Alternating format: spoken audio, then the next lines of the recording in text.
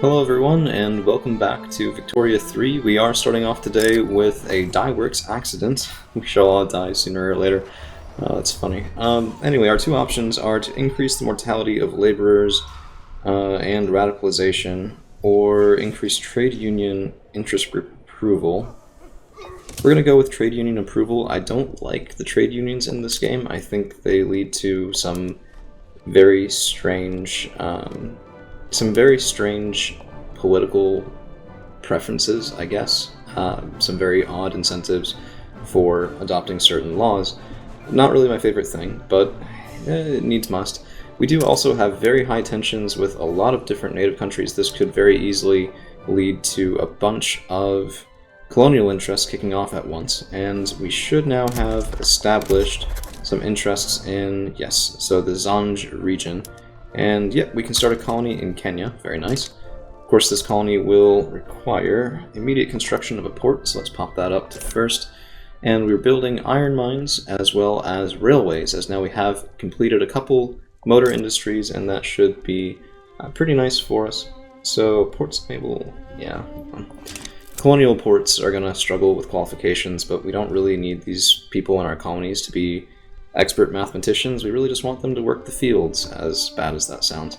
So, oh, city of plenty in Venetia? Venetia? You can tell I'm not exactly cultured, but let's see. We can get them to be more loyalist, or way more loyalist, but increased standard of living expectations. I don't really want to do that, because, I mean, it's up by 3. We should be fine on it, but let's just let them celebrate. We'll take the moderate increase in loyalists and call it a day. Of course, these numbers are rising a little bit for our loyalists, which is nice because they should be able to counterbalance some of the radicals and decrease the odds of civil war with changing laws. All good for us, should we manage that. Okay, the sulfur situation is critical. The glass situation is starting to be critical. Let's see. We could add on some glass production after this. My concern is that we're not building a lot of plantations. Well, not plantations, but farms, things like that, and we really do need those. We could get some, well, there's no reason for millet farms in the far-off colonies. I want exotic goods. Could get some liquor and grain there. Be nice to get a bit more sugar. Ooh, bananas is kind of funny, but nothing too useful. Let's get some more coffee. Excuse me, sorry. Let's get some more coffee, I think, in Cameroon and the Niger Delta, and then we should get some sort of fabric production going, as well as dyes. It will help us make clothes a little bit cheaper. There's no need to do that out in the colonies, so let's put that in Lombardy, and let's also get dye plantations going out in the colonies in Togo and again in Niger Delta, so pretty big investment there. We might have to split some things off to other locations, but because of our choice of colonial policy, we're not getting all that much colonial growth, which, I mean, that was a conscious decision. It'll be okay. It's just maybe not ideal. There's a reason that you want the increased migration. So let's get some sugar in Senegal. I think that'll be good. And no point expanding tea quite yet, but, well, we currently are, so that's probably why. Let's get some tobacco going in Kenya. Okay, so already we're proving the worth of these colonies, assuming that those goods don't get challenged by other major nations. France is outspeeding us in Yolof, and that will be a definite problem. But, okay, so Portugal as well there. Even the United States is really getting a lot of colonial growth. I'm not sure what I'm doing wrong here. If some of you guys do know how to speed this along way faster. So 0.16, 0.07? Really? Why? We have the second institute. This should give us 0.2 base. What is their base? Oh, okay. Ruler traits. That's for Dutch, though. Interesting. Can I see where that's coming from? Nope, it's not. The UI in this game is a little tricky.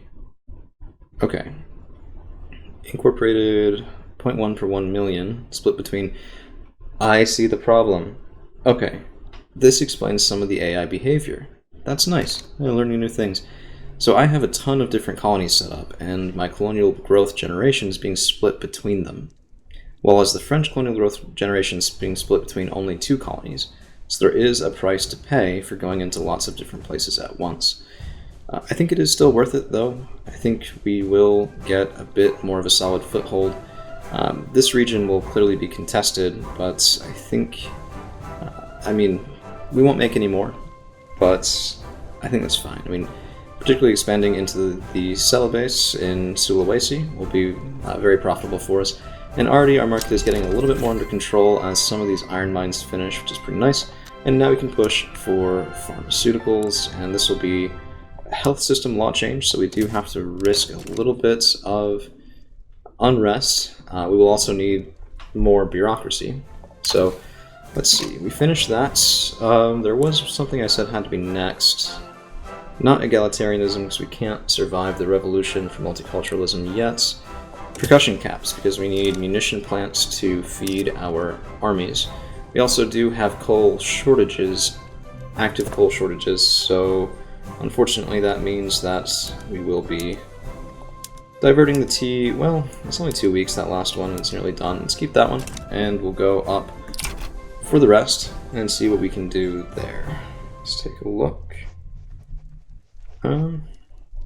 Alright, not bad. Okay. Iron Mine's done soon. Good. I mean, our GDP is jumping up pretty high here. I mean, so is the French GDP, but we're closing in on Russia. We had gotten to within 10 million, now we're closing to within 5, so we are doing a couple things right. The French, of course, are benefiting from the fact that they have a lot more initial technology.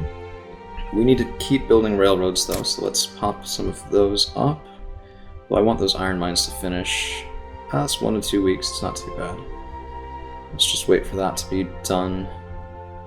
So far, nobody's revolting. I think nobody opposes this, it's just that only the intelligentsia want it, and that's what's giving us that low base rate. So let's go ahead and get another one in West Galicia. Basically, I'm kicking the T down the line. That's what we're doing for right now, just because we need at least one rail pretty much everywhere. That's not enough for Bohemia, even. Might not be enough for Krakow either, but we can't build it in Krakow because it's a subject, not an own state. Very annoying. We will be solving that sooner or later, so just bear that in mind. I mean, if we're going to form Germany, we may as well also incorporate a single little small city of a subject here, even if it's not part of Germany proper. At least that's how it seems to me. Okay, bureaucratic shortfall is going to be an issue.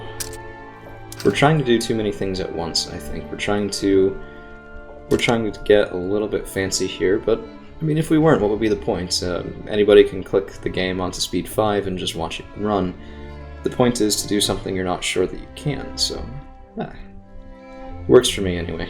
If it works for you guys, so much the better. Alright, so we need to look at our diplomatic situation again. We can improve relations with... it might be good to improve with Portugal, actually, just for right now. Prussia has so far not consolidated anyone. We're damaging relations with a couple people on our borders. It might be nice to take Switzerland. Let's take a look at what people think of you. Oof, because I made the mistake of not... Jeez, how do I... the UI in this game, man. Okay, attitude towards Switzerland. France loves them. Wow, Bavaria has some very nice diplomacy going on right now. I can't take Württemberg before I take Bavaria. Switzerland's well beloved. Oh geez, everyone loves Sardinia and the Pope. Modena might be an avenue for expansion, but not Parma. Still, Modena would be nice. Two Sicilies is also vulnerable, because right now we're their only fan, I guess. So if we want to break that off, we could go after two Sicilies. I'm not sure I want the disconnected border, though. And in any case, it's irrelevant before we fix our military goods problem. So what else can we do then? No more decrees right now, and we don't want to incorporate our colonies. We want to keep them colonies, at least for the moment. So, yeah, I don't know. I mean, this is one of those times where if I wasn't talking to you guys, I'd probably just, sit back and enjoy and watch the time tick by a little bit. But, yeah. I don't have to fill every second, but I do feel somewhat obligated to speak at least a little. We do... Oh, geez, what happened to our legitimacy? So the aristocracy popped out of our government, and our legitimacy is plummeting because we're not supported by our home party, and we can't put them in while we're suppressing them. In addition, putting them back in would increase radicalization. So legitimacy will extend the amount of time that it takes to pass laws. But if that's the cost of reducing the clout of the aristocracy, so much the better. That's fine with me. I actually wonder, will we be able to switch away? Not yet. So, yeah, no, we'd have a revolution. We don't want to stay a monarchy forever because of that tie to the aristocracy. It'll be a lot easier for us to pass laws if we were a presidential system or something like that, but I think it's a little early for that sort of thinking. But that's why this is taking absolutely forever. Yeah, that's too long. Okay. You know what? We have to do this, just because it's way too long to get that stuff done. So, unfortunately, we have to stop suppressing the aristocracy. We also need to add them back into our government and confirm. And now, instead of in 49, the next checkpoint's at 44. So, it's annoying because the aristocracy will regain some of their clout, but, I mean, better than nothing. By the way, increasing loyalists also does increase your party happiness, so that's another reason to try and push that up, is it will counterbalance problems with passing laws that people don't like if everyone else in the country is like, oh hey, you're kind of okay. So that is part of why we're doing it that way. Let's see if we can export anything. Let's take a look at trade routes. Meat, really? We apparently have really, really cheap meat, and the Russians would happily buy it from us. I'd rather sell it to somebody else. Actually, I'd rather sell it to the Prussians. Every trade deal that they lose when we go to war is a benefit for us, and a detriment to them. Oh man, this is just, that's not great. Grain. The Prussians should want grain. I doubt they have good supply. Oh, maybe they do. Look at that. And fertilizer. Fertilizer is one of those goods I would like to export to people to yank it back when we go to war. So let's go ahead and do that. And we have an event from the ground up. A low-born man has risen as the popular leader of the intelligentsia, with some not too pleased by such social mobility. At first he was living with his poor widowed mother, then with his terrible uncle. Then they both died. It was sad, and he became an orphan and fled the state. Then he was seen as a wine merchant, as young as he was, and some say he tried to become a lawman of some kind. Then he tried writing, from which he has been moderately successful, and now, here you see it, leader of the intelligentsia, finally at peace. He's earned his job, will either give us a character or give negative pop attraction. Let's give us the character. Don't know who that is. I guess let's take a look. Okay. Cool, they like us more because we've popped up from -5. And this guy, Alois, what the hell is his name? Alois Ramel is now the leader of the intelligentsia. Okay, that's fine. I don't mind that so much. He's a market liberal, endorse laissez-faire, endorse free trade. So if we took a look now at this, yeah, we could go toward laissez-faire, which would be a better industrial system for us. 30% support. It's not too bad. I like that. It's a good change. And we are finally getting rid of our deficit ever so slowly as the price of iron has come down, plummeting like a rock. Of course, it will go back up, but this is just the ever-present up, down seesaw of this sort of thing. So let's get some more farms if we can. Livestock looks like might be required. Actually, I'd rather get the fruit and sugar. What else can I make in Austria proper? Silk and Venice. That would be pretty nice to get more silk. But for right now, let's get some wheat farms going. So 1, 2, 3, 4, just everywhere, trying to get rid of that arable land. That's just subsistence farming, because subsistence farming means poor people. So we're going to build everyone their own little slice of workers' heaven, I suppose. And let's take a look at our rails, as some of them have finished up, and keep expanding those. So 1, 2, 3. And we should be finished with these factories relatively soon. So a bit of a status quo sort of episode today, but I mean, we're navigating the 1840s, and it wasn't exactly that fun of a time for anyone there. So that's all we've got for today. Thank you all for hanging around. We'll see you again real soon.